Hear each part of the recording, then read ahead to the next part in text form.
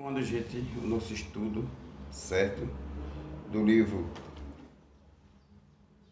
Portugal Templário, certo, de Victor Manuel Adriano, a família do Conde Dom Henrique de Portugal, da casa dos Duques de Borgonha, pertenceram a alguns dos mais insígnios da história europeia, os quais, não raro, a cobriram de mito e mistérios, pretextando a origem divina da linhagem, certo?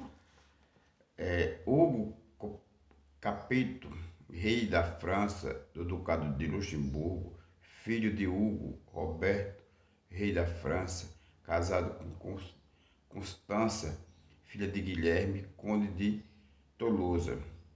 Filhos de Roberto: Henrique, rei da França; Roberto, duque de Borgonha. Henrique concede a irmão o ducado. Roberto casa com Elia, filha de Cluny. Filho de Roberto: Roberto, Henrique, Simão, Hugo, Constança, que depois de viúva de Hugo de Chalon, foi mulher de Afonso III.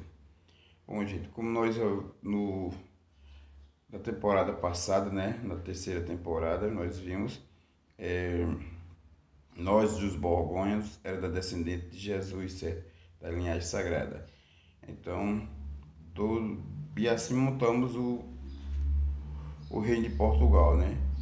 Filhos de Henrique, o primogênito, segundo Odorico Vital, Hugo Eudes Roberto, bispo de Londres, de Lancres, Henrique, conde de Portugal, e Beatriz, a Elia.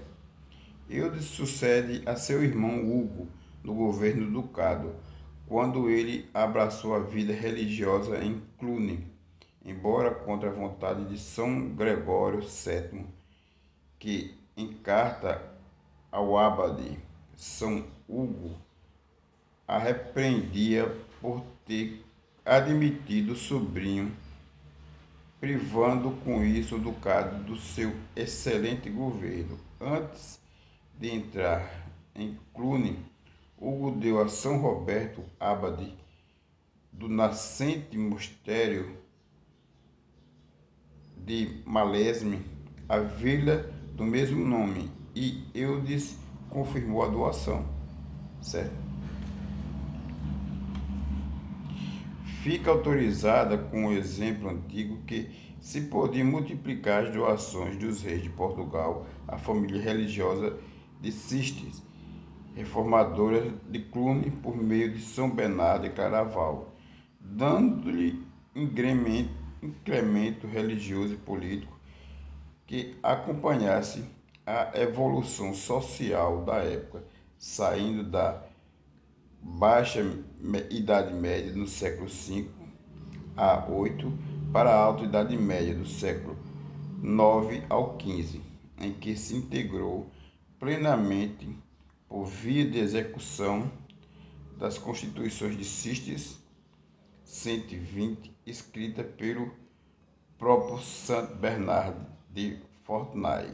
Saindo assim, torna a fonte viva, fum vitae, o que trouxe a espiritualidade e o consequente progresso social de uma sociedade demarcadamente tradicional, do Meio Oriente ao Ocidente europeu, por via da casa de nós, Borgonhas, né? E fixou na casa do provincial de Santa Maria de Albossa, levando-se assim as colunas da autoridade espiritual, Cistes, transmissão iniciática, Pax. E, quer dizer, essas transmissões de hierarquia sempre eram feitas por via da iniciação, certo? E do poder temporal, Borgonha, transmissão hereditária. Pronto. Aqui chegou ao que nós estamos fazendo na nova ordem de Cristo, certo? O Conselho Rosa Cruz é transmitido de forma hereditária. Lex. No país que os templários iriam desenvolver a partir desses dois princípios mores de governança e execução. Bom, gente, aqui nós temos a foto de Conde Dom Henrique de Borgonha e Teresa de Leão, pintura de um autor desconhecido do século XIX.